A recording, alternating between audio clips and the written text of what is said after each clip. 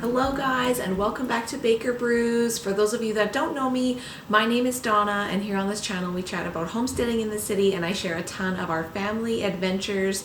I am currently 1 week postpartum from baby number 3 here, and I just wanted to share some postpartum tips, some advice maybe for new moms out there. They're just some things that I have learned over the years of having 3 kids, some things to think about, some things to remind you guys of, some things to remind myself of. So I've just written these tips. I wrote them literally in the middle of the night, and I was like, you know what? I want to put them in to a video, share them with you guys, and I hope they'll help you. Okay, we'll see how far we get into the tips here before she needs something. We just finished nursing and burping, and now you're just having some awake time, aren't you, honey? Yeah. I don't know if number 3 is just the charm or if I've finally figured things out, but I'm personally doing really well postpartum wise, I feel. Like I said, I'm a week, so today I have a follow-up with my midwife, which if you haven't seen my other videos, I talk about each trimester, the things that I learned with having a midwife. My first 2 boys I had in the hospital, and then this one I had a home birth with which was an amazing experience. So I'd love to do a video sharing about the home birth experience as well sometime. But yeah, let's jump into these postpartum tips and see how far we get. Okay, I got mom brain, so I wrote everything down because otherwise I'll forget stuff. So number 1, I wrote that you are allowed to slow down, that you can put your to-do list aside, you can delegate it to somebody else, that you don't have to feel like you need to do everything on your to-do list. I am a to-do list person. I wake up in the morning, my bucket is empty, and my bucket gets filled with the number of things that I do or that I check off my list or that I accomplish.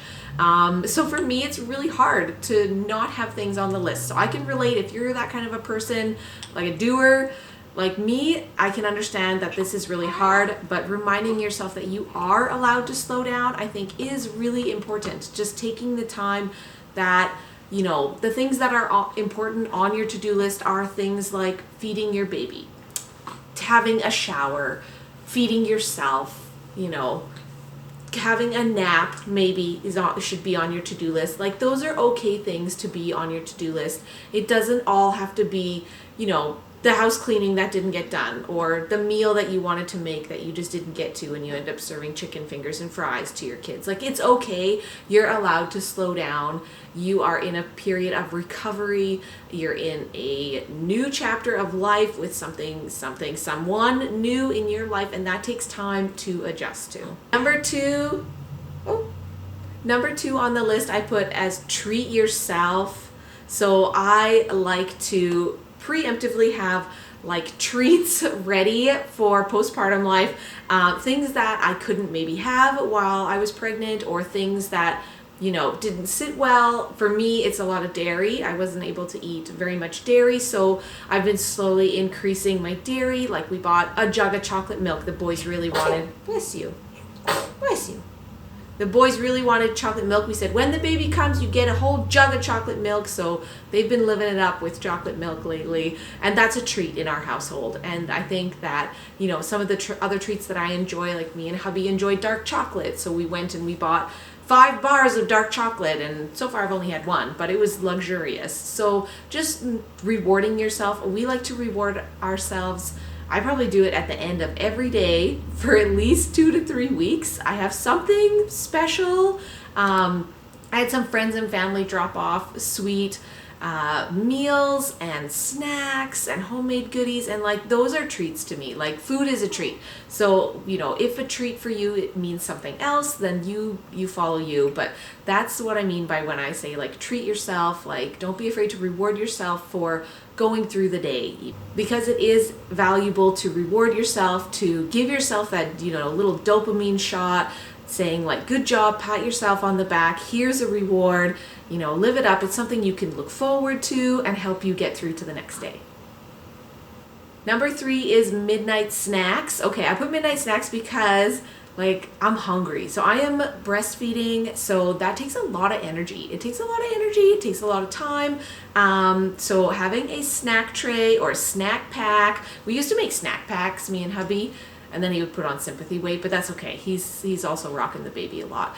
And so we would make a snack pack and have it around midnight, because typically that's like a weird like witching hour for some babies. So like my boys, it was always midnight. I don't know. So we would call it the midnight snack pack. We'd pull out our snack, and usually it'd be something like brie and crackers and chocolate and olives or something like charcuterie style. And then we would have our little snack pack and chat about the day or the things that were coming up. And it was just like a great way to like bond and reconnect, just me and hubby. We got to enjoy our snack pack and just spend time together, recognizing that maybe this is the baby's witching hour, but we can turn it into something really great, something really memorable, and make it less stressful.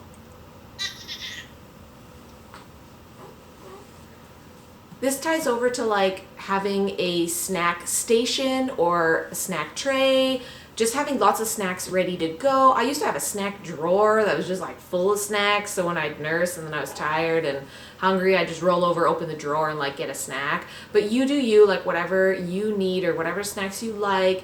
You know, since I am breastfeeding and on recovery, I'm trying to have like really high iron to help with that. I have high iron snacks and stuff like that. So but whatever floats your boat, like if it's a bars or a trail mix and stuff like that, like just having it handy really makes a difference for when you hit those hangry spells, you know, in the middle of the night because you are nursing your baby or you've just been awake for a long time. You need a snack to keep you awake. Number 4 is that sleep and naps are magic. I definitely capitalize on like naps, and more naps. Because sleep is really broken with a newborn. You know, you can be up every 1 to 2 to 3 hours nursing or feeding your baby, and so you're getting a lot of broken sleep. So making sure you're giving yourself time to rest. Maybe you can't fall into a deep sleep, but just laying down and resting or meditating can be really beneficial to your mind, to your body. Really just taking that break away from things really helps me get into a better mindset when I come back to the baby or to my kids and my husband and stuff like that. Hi.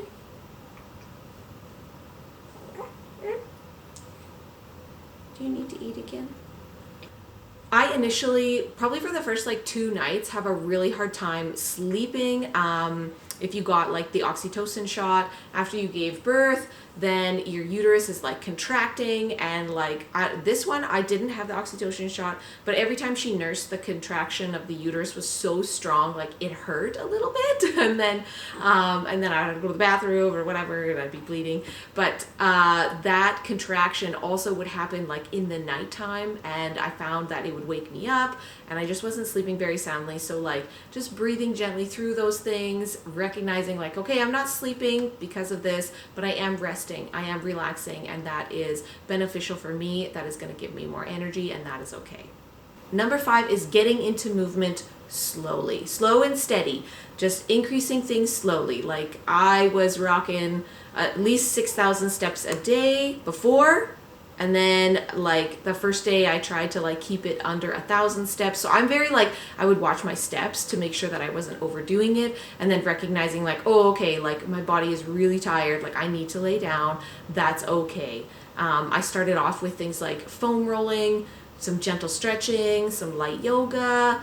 And I tried to not do stairs for the first 3 days just because like I had like a almost fainting spell. So I wanted to be really cautious and like not fall down the stairs. So anyway, I have a great husband. He kept me off the stairs for like 4 or 5 days here. And then I was like starting to get anxious. I was like, I need to go outside. I need to walk. I need to do something. So like, I'm definitely like a mover, a groover. So I've like slowly been building my step count so that we can go out for a walk. I finally did a full block walk, which felt amazing. But yeah, just coming at things slow and steady with your movement. I'm gonna quickly demo. Right now on vacations.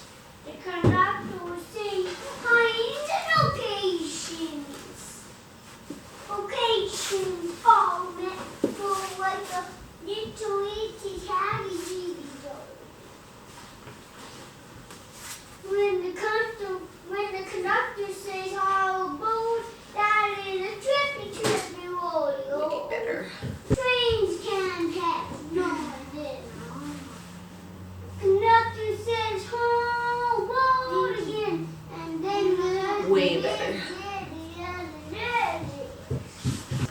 that's as far as we got, 5 in. So we're on number 6. What perfect timing, because it's my number 6 one is do something while the baby is feeding. Look at that, perfect timing. That's so funny. So initially you're gonna need to like focus on figuring out breastfeeding, if that's what you're doing, or just feeding your baby in general, like figuring out when it's hungry and stuff like that, which I'll get into in a minute here. But like this can take a while. It can take a while to feed a baby, and you know, initially they're doing it a lot for long periods. So like doing something productive really helps me fill my cup up, so that way then I feel productive during this time.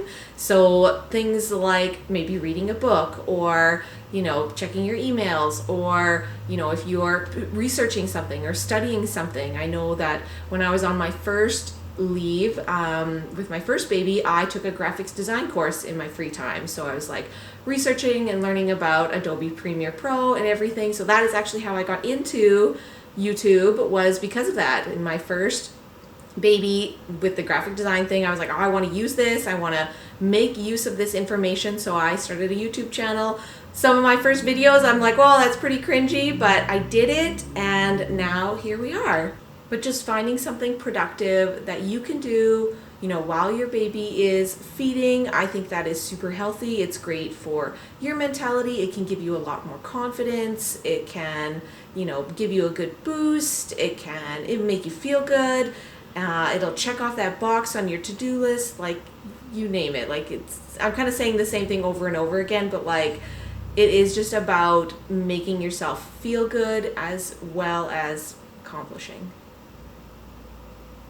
I really just needed to figure out how to do something while breastfeeding. So, you know, something that is digital, like on my phone, where I can do research, or like I said, study up on something.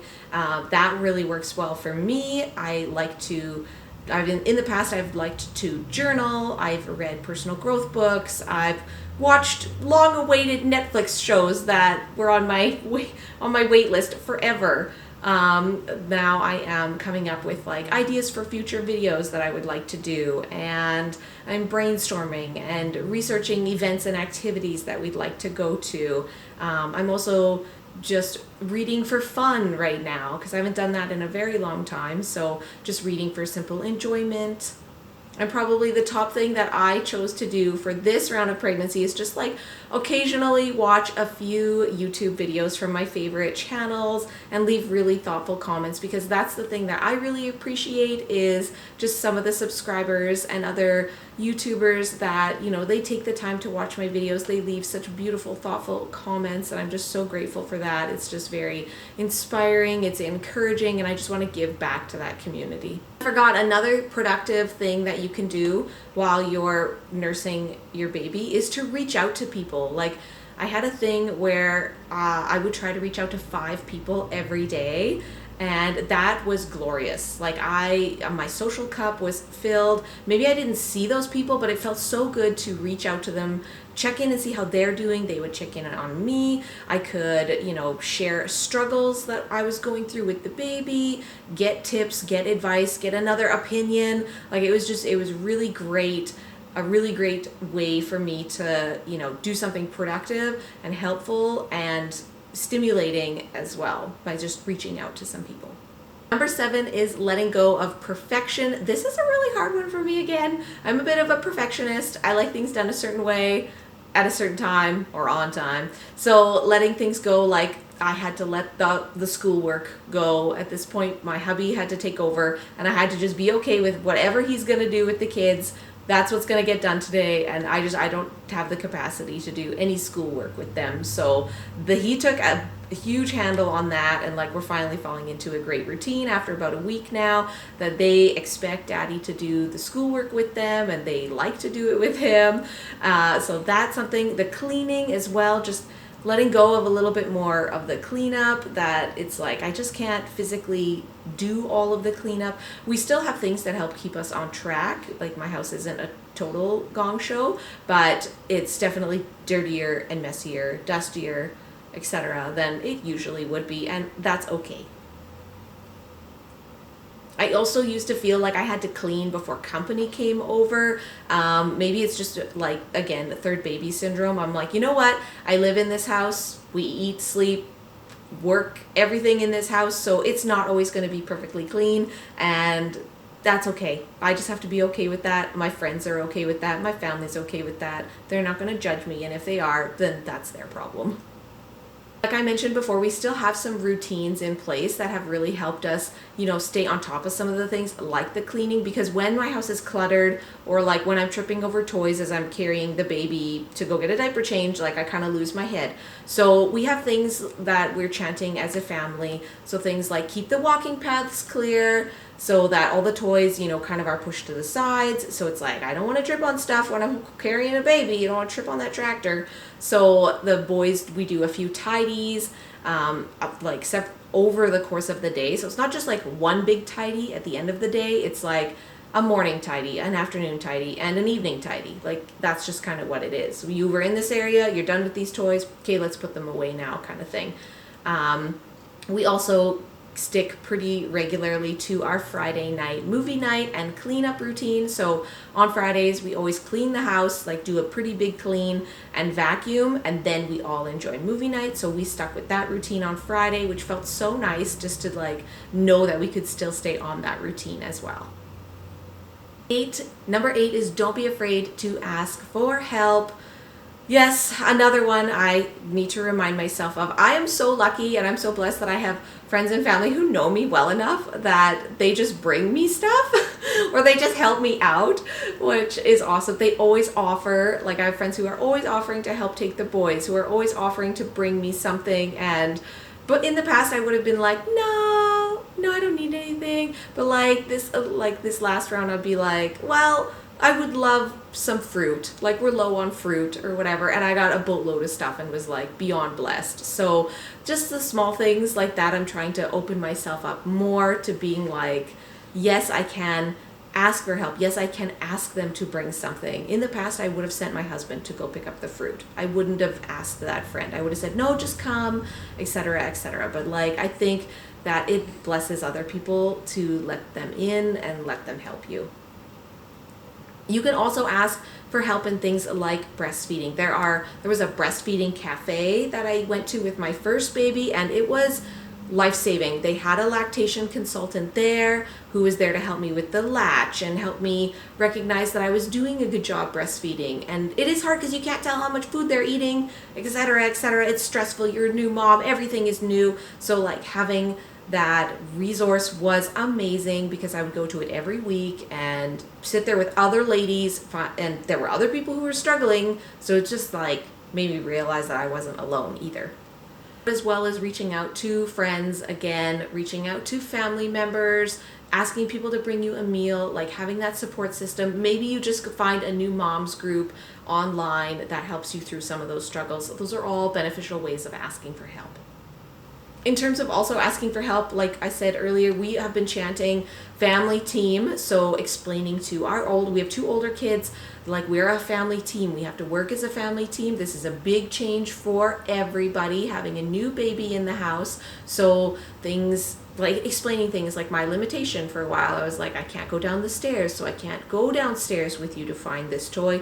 You're going to have to wait for daddy, or you can ask your brother. And then recognizing that that's okay. Like they can work through that explaining it really helps. We've also been chanting like family team. You can help with small things. Being part of the family team means helping with getting supper ready. It means putting your toys away when you're done. Being on the family team means being quiet when you recognize the baby is asleep or that mommy is having a nap. Those things are really valuable to talk about with your kids, help them get on your team with having the new baby. So I've been really loving that chant. It's been really helping us, especially when we hit like an emotional hurdle, like somebody feels left out, and just explaining that this is a time of change and it's going to look different. It's going to take some adjusting. Number 9 is to remember that they are not little for long. I cannot believe that my oldest is 6 and that this is my new baby. It's kind of crazy. It just feels crazy. Honey. I like your little voice. I do. Yeah.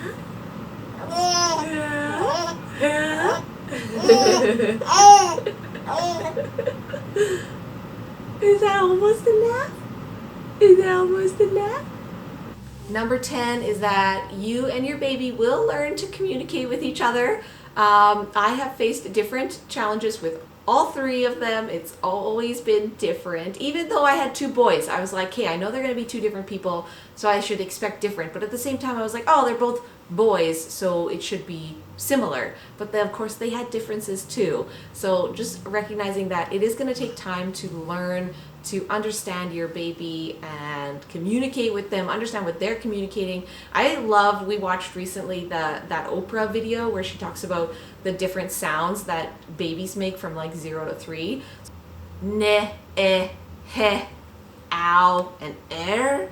And just like we treat it like a game. Like when the baby makes a sound, we'll be like, what sound do you think she made? And then we all guess what it is. And then we're like, okay, if it's lower gas, we got to do some bicycles. So then, everybody's doing bicycles. Or, if she's hungry, then the boys are like, the Nan. It's so funny. It's just really cute. It'll be like, okay, Nan's coming. Because I am Nan. The milk is coming. So it's just really fun to like make it more of a game to try to figure out what the baby is saying instead of making it really stressful that we don't understand her yet. Number 11 is affirmations. I really believe in the power of affirmations, like chanting positive things to yourself, like you can do this, mama. You are capable of feeding your baby.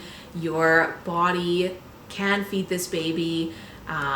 Just things like that. Like there are so many better affirmations out there. Mine are not very good, but there are so many good videos out there with affirmations, websites with affirmations to help you. And I think it's really valuable to like have an affirmation. I remember I used to chat an affirmation whenever I fed my boys.